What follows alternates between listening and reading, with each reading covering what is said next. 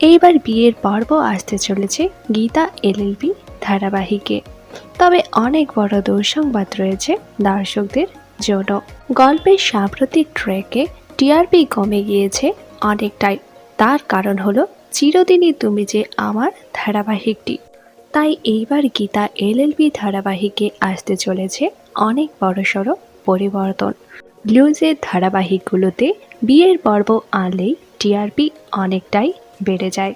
তাই এইবার গীতা এলএলবিতে আসতে চলেছে বিয়ের পর্ব।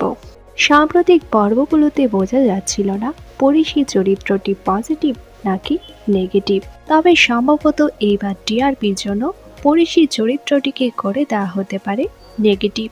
এমনকি স্বস্তিক এবং পরিশীর বিয়ের ট্র্যাকও আনতে পারে ধারাবাহিকটি। আর বিয়ের ট্র্যাক আনলেই হাই ভোল্টেজ ড্রামা, যার জন্য টিআরপি বাড়বে অনেকটাই। তবে টিআরপির জন্য নতুন মোড় আনা হলেও এই ধারাবাহিকের আসল ফ্যানেরা চান না গীতা এবং স্বস্তিকের মাঝে পরিশী আসুক। এই বিষয়ে আপনাদের কি বক্তব্য নিচে কমেন্ট করে জানান।